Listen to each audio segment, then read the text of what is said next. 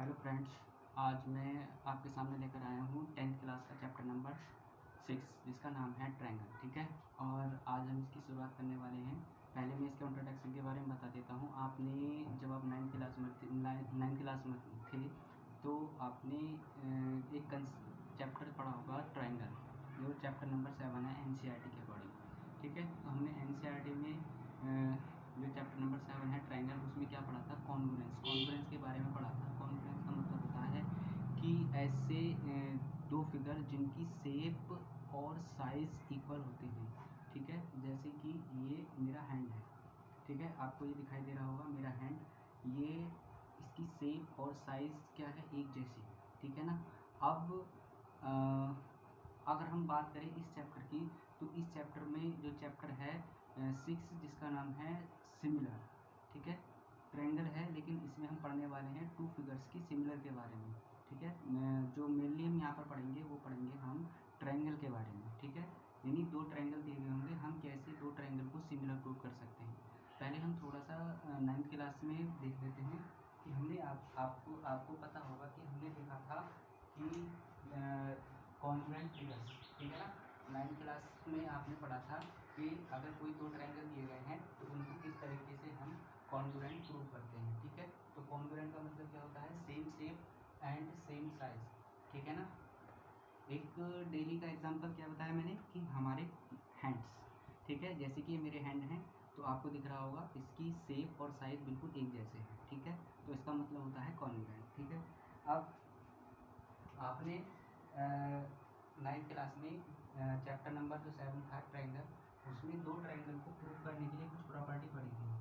जो पहली प्रॉपर्टी थी एस एस एस। ठीक है, इसका नाम क्या था? Side side side. ठीक है, इसका मतलब है कि अगर कोई दो ट्रायंगल दिए गए हैं, इस तरीके से कोई दो ट्रायंगल दिए गए हैं, ये 9th क्लास की बात चल रही है, कॉन्ग्रुएंस का जो कंसेप्ट है उसको समझा रहा हूँ। ठीक है ना। अब देखिए यहाँ पर मान लीजिए ट्रायंगल है ABC P Q R। आपको पता होगा कि भाई यहाँ पर जो साइड AB है वो किसके इक्वल है? साइड AB इक्वल है हमारा P के इक्वल, मतलब PQ के इक्वल। और जो हमारी साइड BC है वो किसके इक्वल है? साइड QR के इक्वल। और जो साइड CA है वो किसके इक्वल है? RP के इक्वल। आपको इसमें एक बात ध्यान रखनी है, रीडिंग करने का इसका एक वे होता है, एक तरीका होता है। जैसे कि A से B, जैसे हम यहाँ पर आ रहे हैं A से B की तरफ, तो आपको यहाँ से P से Q की तरफ ही आना है। ठीक है, मतलब अगर ये एरो का साइन इधर की तरफ है तो आपको एरो का साइन इधर ही लेना है। ठीक है, आप इसको QR नहीं बोल सकते। ठीक है ना। तो इसको लिखने का क्या तरीका है कि जो ट्रायंगल है आपका, ट्रायंगल ABC, वो कॉन्ग्रुएंट होगा। ये कॉन्ग्रुएंट का सिंबल होता है। ठीक है, ट्रायंगल PQR। ठीक है ना। सेकंड आपने प्रॉपर्टी, भाई ये तो आपकी फर्स्ट प्रॉपर्टी हो गई। आपने एक और प्रॉपर्टी पढ़ी होगी जिसका नाम है साइड एंगल साइड। ठीक है, साइड एंगल और ये साइड। ठीक है ना। इसमें क्या पढ़ा था कि मान लीजिए कोई दो ट्रायंगल इस तरीके से दिए गए हैं। ठीक है, A B और ये C, और एक और ट्रायंगल दिया गया है जिसका नाम है, फिर से मैं कह देता हूँ, P Q और R। तो आपको क्या दिखाई दे रहा है कि साइड एंगल साइड, तो मतलब दो साइडों के बीच में एंगल होना चाहिए। दो साइडों के बीच में एंगल होना चाहिए। तो ये एंगल किसके इक्वल होगा? ये एंगल इसके इक्वल होगा। और ये जो साइड है AB, ये किसके इक्वल होगी? PQ के इक्वल। और जो साइड CA है ये किसके इक्वल होगी? ये इक्वल होगी आपकी RP के इक्वल। तो हम इसको किस तरीके से लिखेंगे कि AB जो साइड है, मैं इसको यहाँ पर लिख दे रहा हूँ कि जो AB साइड है वो किसके इक्वल होगी? AB साइड होगी PQ के इक्वल। और एंगल जो A है, एंगल A किसके इक्वल होगा? एंगल PR के इक्वल। और जो साइड BC है वो किसके इक्वल होगी, वो साइड इक्वल होगी, नहीं सॉरी मतलब जो साइड AC है, साइड AC वो किसके इक्वल होगी, साइड PR के ऊपर, ठीक है। तो इस तरीके से हम बोलेंगे हैंस देयरफॉर जो ट्रायंगल है आपका, ट्रायंगल ABC वो कॉन्ग्रुएंट होगा ट्रायंगल PQR, ठीक है। यहाँ पर कौन सा रूल लगा है, by side angle side congruence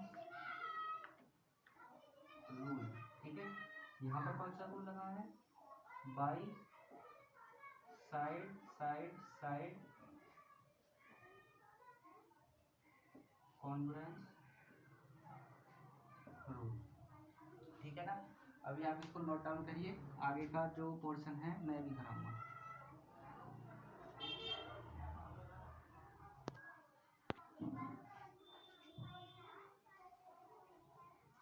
अब हम देखते हैं, हमने जो अभी तक कॉन्ग्रुएंट की प्रॉपर्टी पढ़ ली है वो पढ़ ली है कौन कौन सी। एक तो हमने पढ़ ली है साइड, मतलब कोई भी दो ट्रायंगल दिए गए हैं, अगर उनको हमें कॉन्ग्रुएंस दिखाना है तो तीनों साइडें जो हैं all three sides are equal.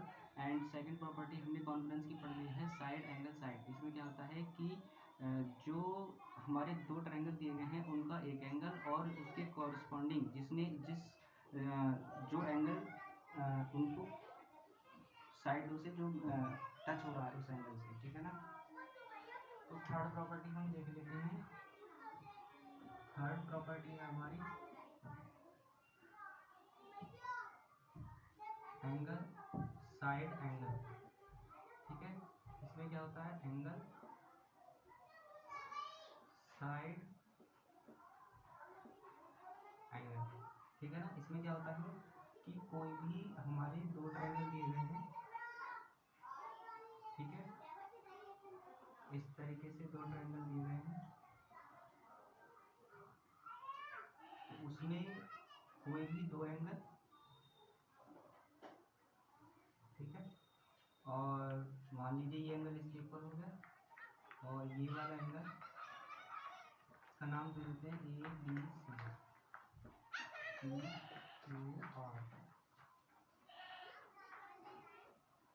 ये हमने नाम दे दिए हैं, ठीक है। इसके कॉरस्पॉन्डिंग एंगल ये हो गया, ठीक है। अब इसमें ये वाली साइड किसके इक्वल हो गई, इसकी हो गई, ठीक है ना। मतलब एंगल साइड और एंगल, ठीक है। इसको लिखने का क्या तरीका है कि एंगल B इक्वल होगा एंगल Q के, जिसमें BC साइड इक्वल होगी QR के, और एंगल C इक्वल होगा एंगल R के।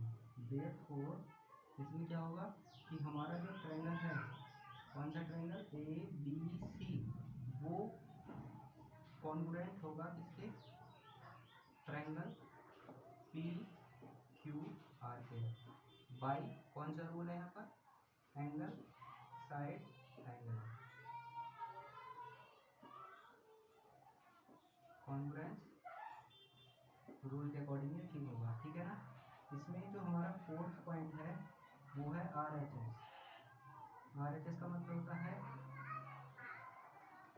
कोई भी हमारे दो ट्रायंगल दिए गए होंगे इस तरीके से,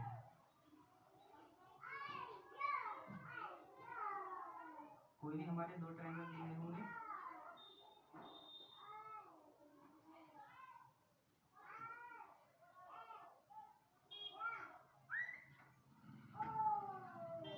जहाँ पर एक इसमें राइट एंगल होगा,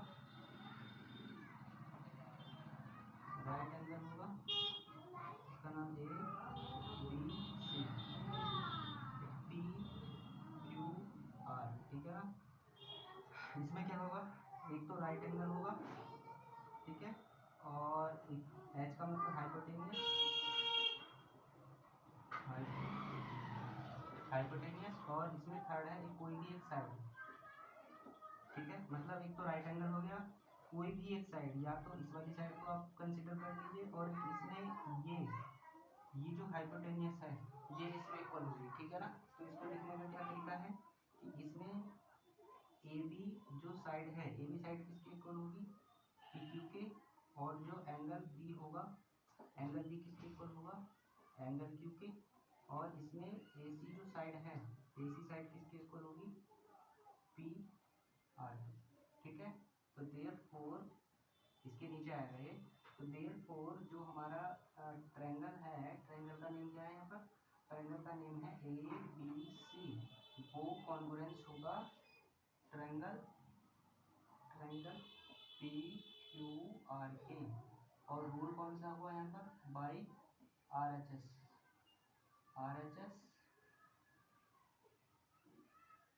कॉन्ग्रुएंस रूल के अकॉर्डिंग। ठीक है ना, तो ये हमने पढ़े थे सब, कौन सी क्लास में पढ़े थे, ये सब हमने पढ़े थे फ्रेंड्स 9th क्लास में। ठीक है ना, इससे आगे का जो पोर्शन होगा वो होगा 10th क्लास का, जिसका कंसेप्ट है सिमिलर ट्रायंगल्स। ठीक है ना, तो अब हम उसके बारे में थोड़ा सा डिटेल में जानेंगे, इसको नोट कर लीजिएगा, मैं इसको रख कर रहा हूँ। ठीक है ना,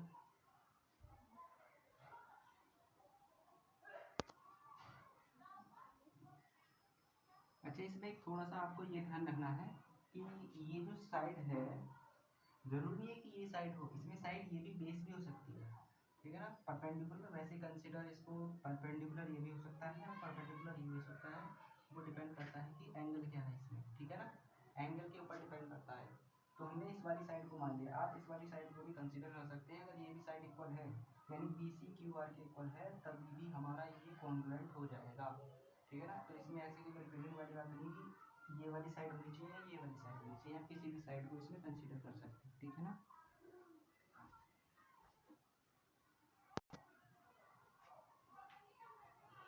तो फ्रेंड्स ये जो मैंने जो 9th क्लास का जो थोड़ा सा कंसेप्ट बताया है, ये समझने के लिए ज़रूरी है। 10th क्लास के जो कंसेप्ट है ट्रायंगल चैप्टर, उसको समझने के लिए थोड़ा सा ज़रूरी है। ठीक है ना, तो 10th क्लास में क्या दिया हुआ है हम ये देख लेते हैं। तो इसमें क्या दिया हुआ है, सिमिलर फिगर्स, क्या दिया हुआ है, सिमिलर फिगर्स के बारे में दिया गया है। इसमें कहा गया है same shape but different size. Similar का मतलब होता है कि उनकी शेप तो एक जैसी होगी, लेकिन उनका जो साइज होगा फिगर्स का वो अलग अलग होगा। जैसे अब हम पहले हमने कॉन्ग्रुएंस के बारे में क्या पढ़ा था कि जैसे मेरा हैंड, ये दोनों हैंड हैं, तो इनकी शेप और साइज बिल्कुल एक जैसा है, तो ये तो हो गया कॉन्ग्रुएंस। अब जैसे कि मेरा हैंड है और आप सबका हैंड है, तो इनकी शेप तो एक जैसी है, लेकिन इनका साइज अलग अलग है, डिफरेंट है, तो यही होता है सिमिलर का कंसेप्ट। ठीक है ना, तो इसमें सिमिलर का क्या मतलब हुआ, सिमिलर का मतलब हुआ सेम शेप, सेम तो जो शेप है वो तो सेम रहेगी, लेकिन उसका जो साइज है वो कहीं ना कहीं डिफरेंट हो जाएगा। ठीक है, अब देख लेते हैं, जैसे कि हमारे दिया गया है सर्किल के बारे में देख लेते हैं, तो आपको दिखाई दे रहा होगा कि ये जो सर्किल है इसकी जो शेप है वो सेम है, मतलब किसकी जैसी है, इसकी जैसी ही है, इसके जैसी और इसकी जैसी, मतलब एक राउंड फिगर है।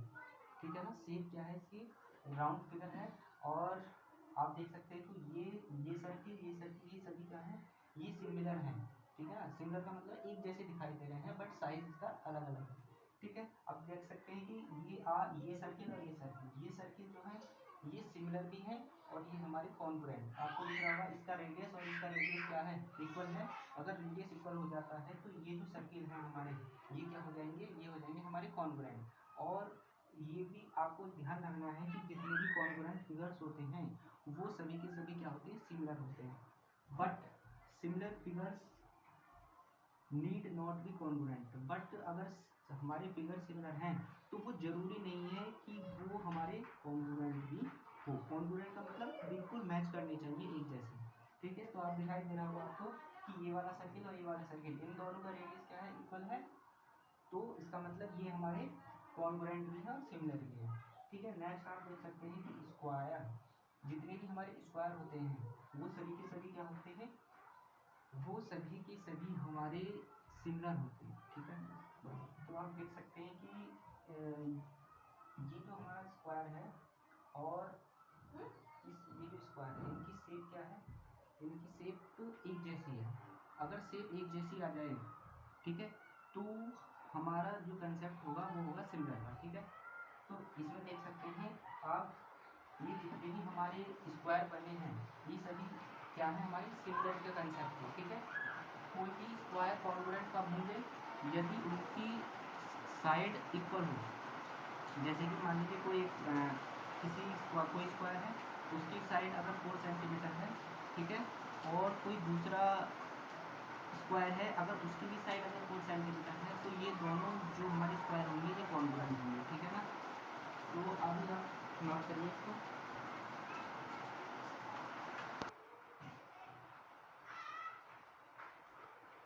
तो फ्रेंड्स, अच्छा मैंने आपको दिखाई दे रहा होगा, मैंने यहाँ पर ये डबल टिक है ना, इसमें सिंगल टिक लगाया है। ये फ्रेंड्स ये होता है कि जैसे कि मान लीजिए मैंने इसमें लगाया, इसका मतलब है ऑल साइड्स आर इक्वल। इसमें मैंने ये डैश लगाया इस तरीके से, ठीक है, इसका मतलब है ये सभी साइडें इक्वल है। ऐसे ही मैंने आपको दिख रहा होगा सिंगल सिंगल इसमें टिक लगाया है, इसका मतलब है कि इनकी जो साइड है, ये जो स्क्वायर है इसकी जो साइड है वो क्या है हमारी इक्वल है, ठीक है ना।